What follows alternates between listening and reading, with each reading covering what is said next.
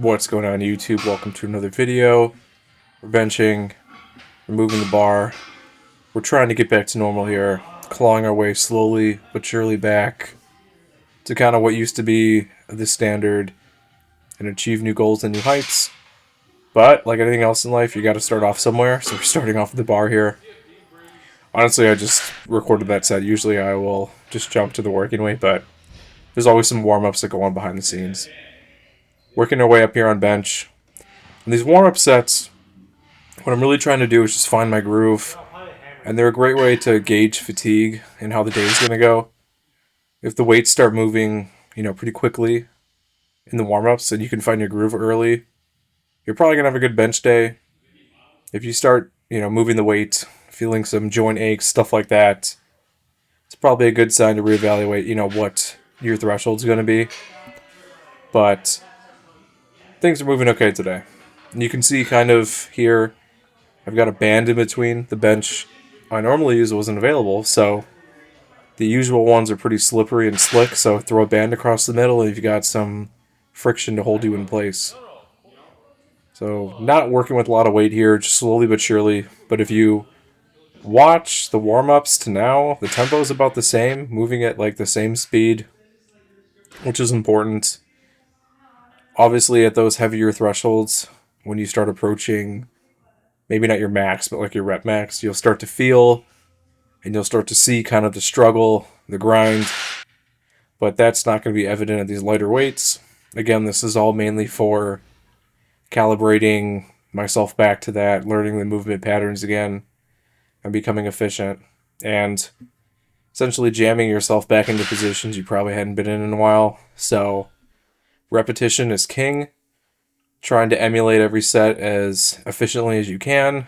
I think my pauses are relatively consistent. And that was a little fast, but I kind of corrected there. But basically, being able to consistently perform the same lifts in the same way again is going to prevent any sort of injury. And if anything does start to spike, your body will usually tell you. You won't feel right.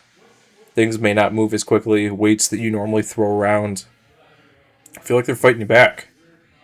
So you really have to, you should really know your body, essentially. You should know, going into the gym, kind of at least what you're going to do. And then when you start feeling good, things are moving, take those extra steps forward. But it also doesn't hurt to take a few steps back. And, coming back from injury or anything uncomfortable, a long vacation, something where you're not doing the thing you've been consistently doing, that's the time for you to kind of figure out and kind of learn, what your body can adapt to on the fly.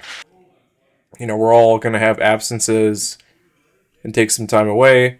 And you'd think, okay, well, if I go take a couple weeks off for your vacation from work, I can do a lot of things and come out stronger. You may feel stronger that first session back. But then that fatigue and that soreness sets in because you're not consistently doing it, at least for me. My body's very weird and strange, and I'll kind of allude to that in later videos with what's going on. But I detrain and adjust pretty quickly, and to some that may not make sense, but it really does. Basically, whatever stimulus I'm instituting or stimulus I take away, my body finds some sort of equilibrium with or without that stress. But to bring it back or to take it away, that's when you start to see that stress happen again and having to readjust. And in that same context, you go away from weights for a time, you come back to them, oh man, feels good, everything's moving, and then boom, extreme soreness, extreme fatigue that you're not used to, but it tends to go away the more that you move, the more that you standardize and kind of do the things that you're going to do. And that's always been the name of the game for me. And playing it by ear, moving things around, changing things, essentially optimizing everything that you're doing with whatever tools and strategy you're using, and just going back to what made you who you were before. Build the muscle mass that you had before, focus on, exceeding those boundaries to add more muscle, get stronger. It really depends on what your goals are. And maybe change things up, maybe find a new goal, but using those same skills to kind of get there. Maybe powerlifting and strength lifting is no longer your focus, but you can still use those same skills, progressive resistance, add muscle, maybe recomp your body and get into something of a better shape or whatever. And so that's kind of what the goal's been here, and it's always been that way. I like having objectives in mind. And, like with the Hatfield squats, perfect example. I wanted to start squatting again, but I was getting really sick and tired of doing straight barbell squats and not feeling good about them. And then trying to find some sort of comfortable equilibrium where I could exceed and go beyond what I think I can do. And I think honestly the Hatfield squat's probably the best movement for me right now. I'm a lot more confident in it. Being able to rep out heavier weights is nice. Taking a break from the straight bar or just free weight squats. I think it's just helping me refine my own pattern, really work on the tightness, the bracing, and basically, just changing things, eliminating the boredom, eliminating anything that's repetition and repetitive and you're not looking forward to. These always feel like death when I do them, regardless of whatever squat I'm doing. They tend to move pretty well, which is fine.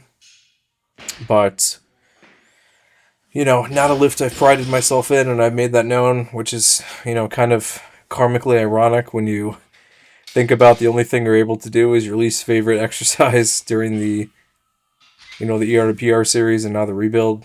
So it is what it is, and the goal has always been to get back to where I was and keep moving. That's what my plan is. So we're going to keep going. We're going to see what we can do and kind of go from here. Now, I will admit, though, there are some times where, you walk in the gym, you don't want to squat, you don't want to do what you have to do. If I'm on program, I'm pretty obedient, and I think that's a nice skill to have to when you have an objective to be able to do it. Now, maybe let's say you're on a deload and you're just not feeling, in the groove, your body's tired, you're recovering. Just do the bare minimum that you can, and then come back and hit that training session hard when you're back on program.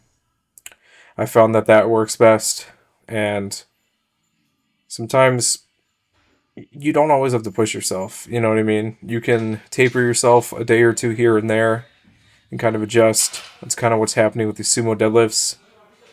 I'm basically just taking my time, building up slowly. It's nice to actually kind of work on and refine a lot of these, techniques and stuff that I had not neglected, but the basics tend to get muddied when you start getting and complicating the weights. So, these felt great to move on with the constant tension and everything, but that heavy lifting, it's a different mindset to have, to know when you have to move a heavy weight and kind of do what you have to do. You really just have to figure out some sort of plan, work up to it, take it in stride, readjust when you need to readjust, and kind of move on from there. And I'm always happy to do that. The belt squat's been another great exercise that's really allowed me to perform an exercise I don't really like too much. And it just feels good to load everything the way that it should feel and kind of refine things, move things around so you get a little bit more stimulus. And I hope that's a message for anyone, hey, I don't want to do the typical gym movements, but do something that's going to yield, results beyond just aesthetics and stuff like that. It sucks to squat, I'm telling you. Feeling all that weight kind of bear down and crush on you is not a nice feeling, but at least you've got the horsepower for most things in life when you need it. And if you do enjoy squatting, I'll never understand it, but I get it. It probably feels nice when you're built to squat, you get a nice pump. Something similar to an upper body, like a nice chest pump after some flies or some cable crossovers, but we've all got the things that we enjoy doing, but you also have to mix in the things that you don't enjoy doing. That way you get some balance. You get to do the things you want to do in the gym, and then you mix in the things you don't want to do, and then end with stuff you do want to do. You can call it like a you know what Sunday. So,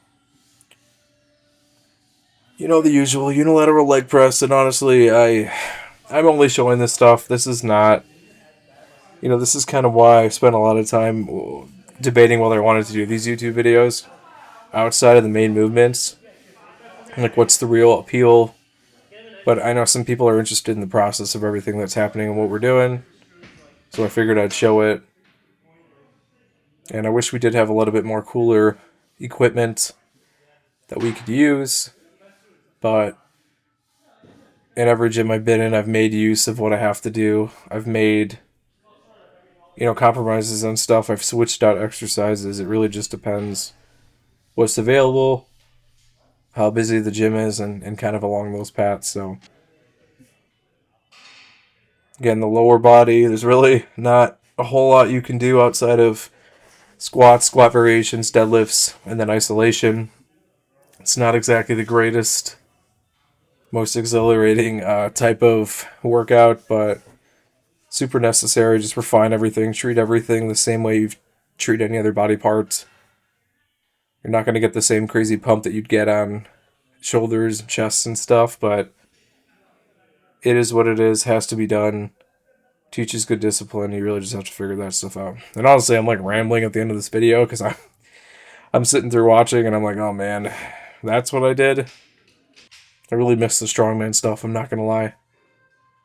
Being able to like throw stuff overhead and then see if you get it is fun.